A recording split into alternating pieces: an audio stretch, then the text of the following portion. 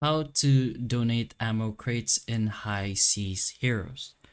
So this is only available if the event is currently online. You can go ahead into your guilds and see the United Front.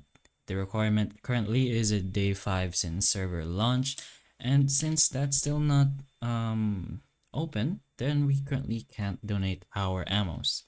But if you could, all you'll have to do is enter that. You should be able to see the donate option or just go ahead into the events directly. You can see the United Front option. In some cases, it should look like this. As you can see, the United Front is currently available, and you'll be able to see a donate button right below the rewards.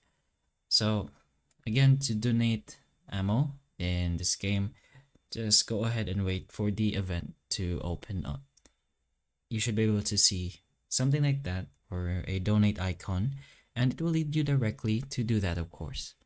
But that is how you donate ammo in High Seas.